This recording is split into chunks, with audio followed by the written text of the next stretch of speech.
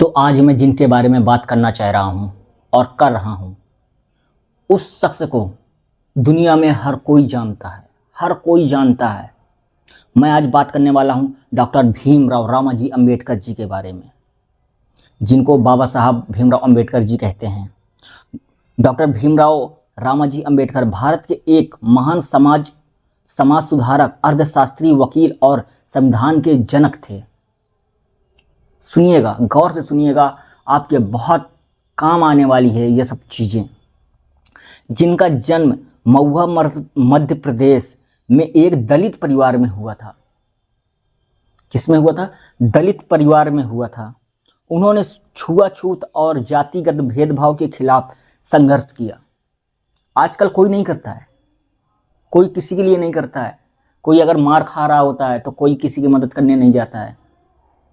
लेकिन सोचिए, एक दलित समाज से कोई उठा, दलित समाज से कोई उठा, अपनी जात के लिए, अपने लिए उन्होंने नहीं सोचा, समाज के लिए सोचा उन्होंने। तो सुनिए आगे। छुआछूत और जातिगत भेदभाव के खिलाफ संघर्ष किया। स्वतंत्र भारत के पहले कानून मंत्री बने।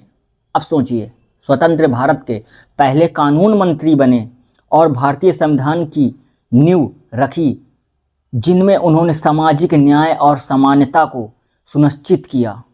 उन्होंने शिक्षा के माध्यम से सशक्तिकरण और जोर दिया।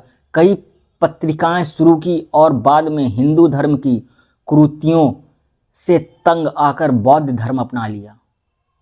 मतलब जो उनकी जात पात में बहुत उनको ऊंच नीच बहुत कुछ बोलते रहे हैं, इसके कारण उन्होंने 1956 ईस्वी में उन्होंने बौद्ध धर्म अपना लिया, जिससे भारतीय समाज में समानता और न्याय के लिए एक मजबूत आंदोलन को प्रेरणा मिली।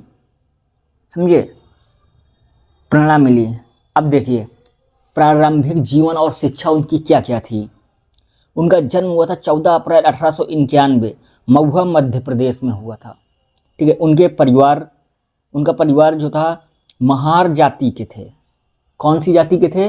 बाबा साहब भीमराव अंबेडकर जी महार जाति के थे और बचपन से ही भेदभाव का सामना किया उन्होंने। बचपन से ही बहुत ज़्यादा भेदभाव होती थी। ठीक है। अभी उन्होंने शिक्षा क्या किया था, देखिए। उन्होंने बड़ौदा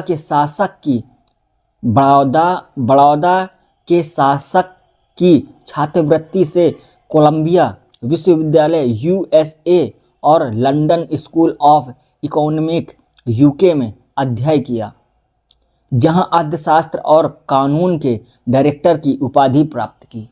अब सोचिए, बाबा साहब भीमराव अंबेडकर जी विदेश जाकर पढ़े।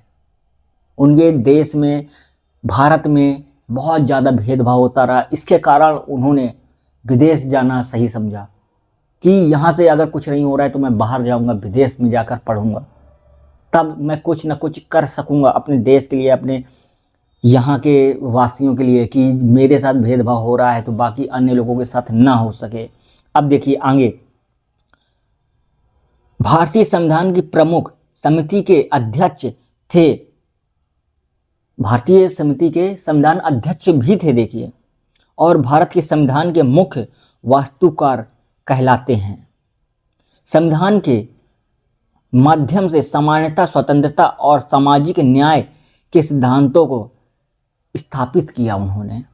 अगर आपको मेरी वीडियो अच्छी लग रही हो, अगर अच्छी लगे तो लाइक सब्सक्राइब जरूर कीजिएगा और ये वीडियो को शेयर जरूर कीजिएगा।